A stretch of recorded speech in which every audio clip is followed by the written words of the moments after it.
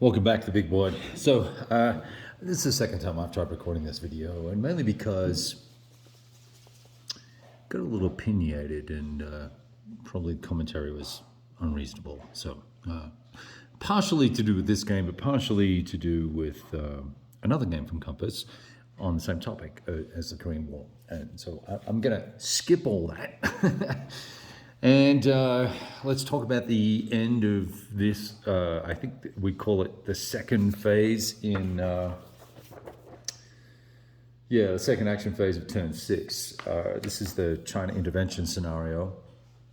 And there's some interesting, I'd forgotten about the sequencing and cadence of movement and combat that needs to be done here. And this is only a 1.5 turn scenario, so situations like this unit here, right? It's not necessary really to attack it, but if we were going to attack it, advancing up from this area where most of these units started, these guys all started back here, but advancing up in the Korean War system, you start out on your full strength side, and then you flip to your fatigue side. And there are a number of different ranges of movement that you can have. You can do tactical or operational or strategic movement, and you get either 2 or 4 or 12 or whatever it is, or 4 or 8 or 12, whatever the number is, doesn't really matter. And depending on how many, and those types of movement will cost a certain number of action points. And if you have any action points left over, you can then conduct an attack. And those attacks can be of 3 types, each costing a certain number of action points that will then give you a certain number of DRMs on your combat. And that's the game right there, right? In essence. There's some supply stuff, but this particular scenario doesn't deal with it. Dude, what are you doing? What are you doing? What are you doing? Are you dancing? You're as dumb as a bag of rocks. Stupid dog. He's such a goofball. He just wants attention. So I forget what I was saying. So these sequences of operations, you get a certain number in consecutive order. So you get between 0 and 3, for instance, as the Chinese. And you will, if you get 3, then you'll get to conduct 3 operations. Then your opponent will get to conduct however many he gets. And then you go back and do your 3 until someone passes, or you both pass, or you run out of units to move that aren't fatigued, and you're done. The cool thing about this game is it forces you to do a little bit of A/B type attacking, I guess I would call it. Where, if, for instance, if I started adjacent over here and the Chosun reservoir here, both these units started like this, and this was a different size. This was fatigued, and it was this size. And we did a 2-to-1 attack, 24 to, wasn't 2-to-1. It was, oh yes, it was 2-to-1 because these guys get multiplied by 1.5 for this scenario because they're uber Chinese surprise attack thing. So it was 2-to-1 attack. It got reduced. And this guy was the guy that led the attack, right? So he gets flipped over.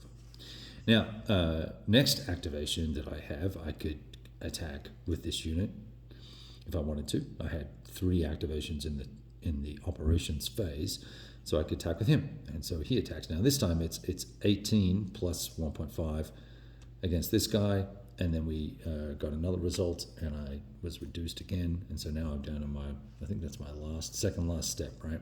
Or maybe it's my last step. But this guy's flipped over. So next turn, when we reset everything, I'm going to be a 7, they're going to be a 12, still going to be times 1.5, so that's going to be tricky. So if this guy gets attacked first, we're in the poopy land unless these guys roll really badly, because we'll lose this division, and he's also stuck. He's not going to be able to get out of there. Because I don't believe you can move Zoc to Zoc in this game, if I recall, from what I read. So I'm not sure what we do here. We may have to push this unit up as our first action. I think regardless, whatever happens, we'll probably take a step loss and and that'll be the end of the Marines, unfortunately. And then that's going to give the Chinese a couple of VPs, I think 3 or 4 VPs, right? So because killing Marines is more valuable, I guess. Anyway, that's a long-winded way of saying I'm having a good time. Now, one of the, a couple of things you probably noticed, the counters are kind of hacked up, and I tried to explain this in the last video, and it got a little long-winded. The short version is I thought I had a bad counter sheet, so I requested a replacement and stuck it in the box. And then when I didn't really look at the other ones, and then when I pulled it out to play it, I found that all the other units were also foobarred. So I requested a replacement set, and the replacement set has 2 issues. One, it's got these super thick counters, and the paper kind of peels off them.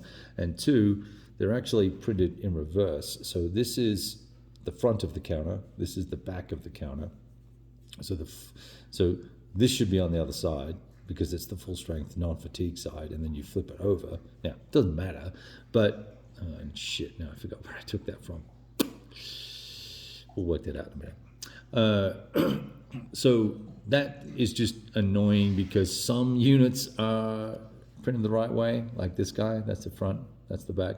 And so when you're looking, you're looking at the counters, you go, oh, that's fatigue, not fatigue. And I know it's got the stripes, but it's just odd.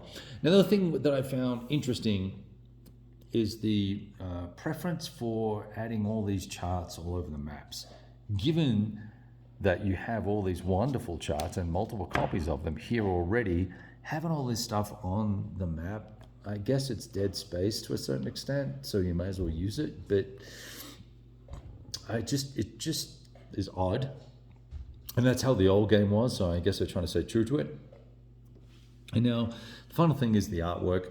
I like the map as it is, but when I put the counters on it, it all gets it's a little bland. It's a little muted and a little, I don't know.